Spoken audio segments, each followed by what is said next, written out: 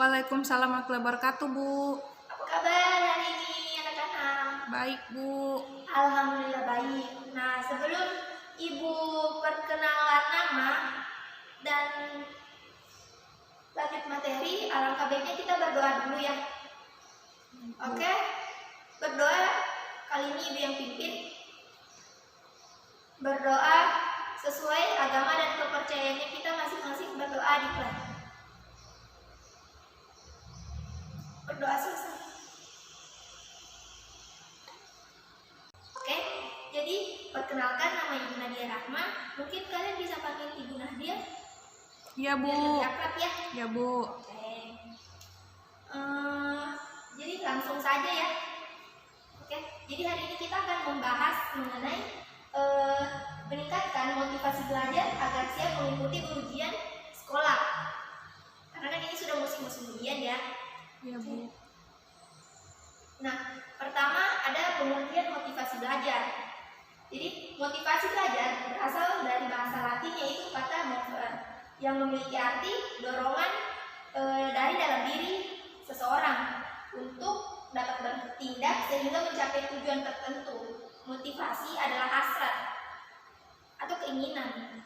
Nah, dorongan dan kebutuhan seseorang untuk dapat melakukan aktivitas tertentu, sehingga motivasi diartikan sebagai kekuatan yang mendorong tindakan menuju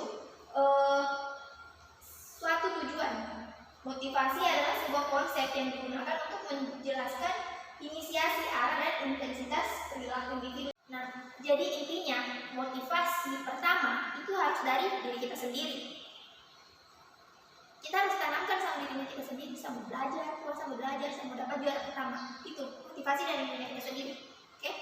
Selanjutnya, cara untuk meningkatkan motivasi belajar. Itu ada beberapa poin. Ibu hanya tampilkan poin-poinnya saja. Nah, poin pertama, membuat agenda belajar. Kita susun. Malam ini saya mau belajar mata pelajaran ini. Topiknya untuk besok ini. Nah, kemudian ada menentukan gaya belajar. Gaya belajar itu kita tentukan dari dirinya kita sendiri. Semisal kalau ibu biasanya belajar, gaya belajar ibu bagaimana? Ibu itu paling suka belajar tengah malam atau tidak subuh-subuh. Itu. Dan ibu membuat catatan itu sendiri supaya lebih mudah. Kemudian ada istirahat. Jadi kalau kita belajar kita itu perlu istirahat. Jangan terfokus belajar. Kadang kita juga perlu istirahat. Nah, kemudian ada 4, hindari gangguan belajar. Gangguan belajar itu banyak. Kemudian ada poin kelima, cari suasana yang tepat. Kalau ibu sendiri biasanya belajar itu tidak hanya monoton satu tempat, kamar, tidak. Ibu biasa pindah-pindah. Ibu lebih suka belajar tempatnya terbuka tapi tidak terlalu ramai.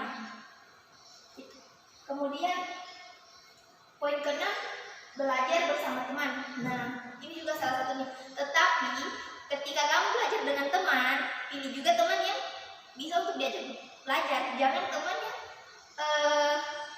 hanya teman yang bukannya belajar malah main. Apalagi yang cewek-cewek, biasa kita cerita begitu kan. Kalau dapat teman yang bukan sefrekuensi dengan juga ya.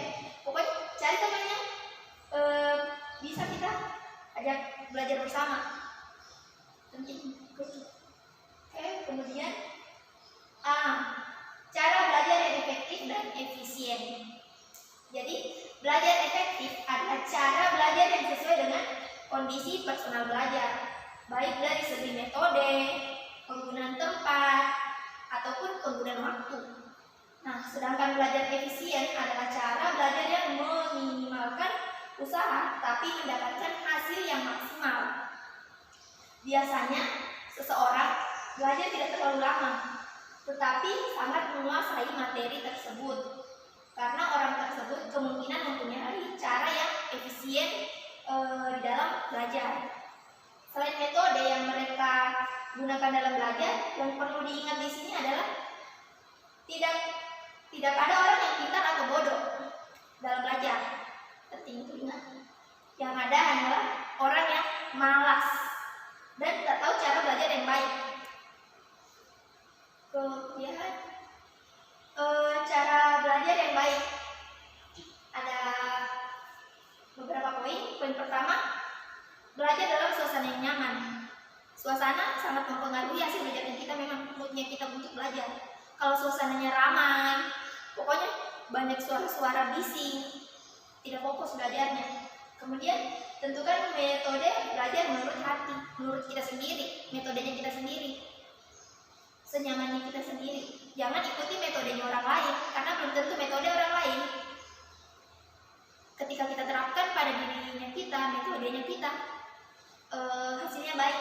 Kemudian poin ketiga, belajar dengan disiplin. Disiplin belajar. Saya rasa anak-anak di sini tahu. Kemudian ada poin keempat, tulis ulang setiap materi yang diajarkan. Karena biasanya kita akan mengingat pelajaran apabila kita mengulang. Apalagi ketika kita sering mengulang kata-kata yang kita pelajari sebelumnya. Misalnya dari sekolah kita mencatat. Pas pulang kita belajar, kita catat ulang apa yang kita ingat tadi. Terus pokoknya pas kita catat itu, kalau kita perhatikan pasti ingat, pasti tahu. Yang penting mencatat. Kemudian lanjut, ada poin kelima, menjelang ujian jangan terlalu banyak belajar.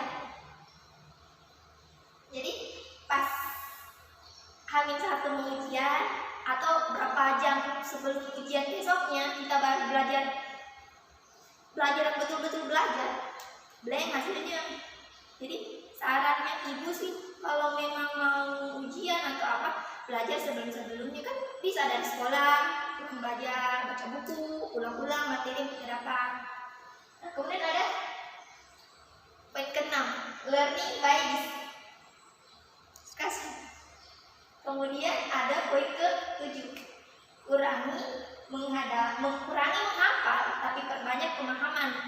Karena biasanya hafalan itu tidak bakal tahan lama kalau kita hanya hafal. Tidak.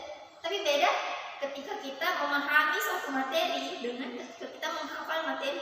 Ketika kita memahami materi,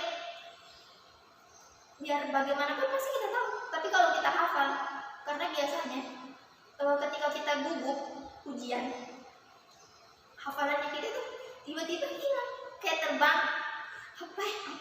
Apa ya. Tapi kalau kita pahami, pasti tahu, pasti jawabannya kita tahu. Kemudian poin ke-8, cintai pelajaran yang kamu suka tanpa menyampingkan pelajaran yang lain. Nah ini sih yang banyak. Kita biasa tuh ada pelajaran yang kita suka, ada pelajaran yang kita tidak senangi. Ketika pelajaran yang kita senangi ini, pelajaran yang kita suka masuk pas ujian, pasti kita belajarnya mati-matian. Tetapi ketika pelajaran yang kita tidak suka, kita abaikan. Jadi sebaiknya pas kita mau ujian, semua mata pelajaran itu sama. Semua mata pelajaran itu, tidak ada mata pelajaran yang kita suka, tidak ada, bagaimana bahasa kasarnya, tidak ada pelajaran yang kita tidak senangi. Semua sama. Jadi kita harus belajar, motivasi diri kita sendiri untuk tetap belajar mata pelajaran yang besok akan diujiankan. Meskipun sebenarnya ketika hari-hari biasa mata pelajaran itu kita kayak tidak senang, mungkin karena hal-hal adalah entah itu karena apanya. Biasanya begitu untuk siswa, karena ibu juga begitu lalu. Oke, lanjut. Nah, kemudian poin ke-9, banyak membaca. Seperti yang ibu bilang tadi, pokoknya perbanyak membaca, kuncinya perbanyak membaca. Ketika kita membaca, banyak membaca, kita banyak pahami itu kata-kata, pahami pelajaran yang akan kita ujiankan, pahami, banyak-banyak membaca supaya pelajaran yang kita akan ujiankan selanjutnya dapat kita ingat, dapat kita mudah untuk mengerjakan soal-soalnya. Kemudian poin ke-10, membuat flashcard. Nah, terima kasih untuk perhatian anak-anak selama Ibu menjelaskan tadi, karena materinya sudah habis dan setelah ini kita pulang, kita akhiri dengan doa, karena tadi kita mengawalinya dengan doa juga.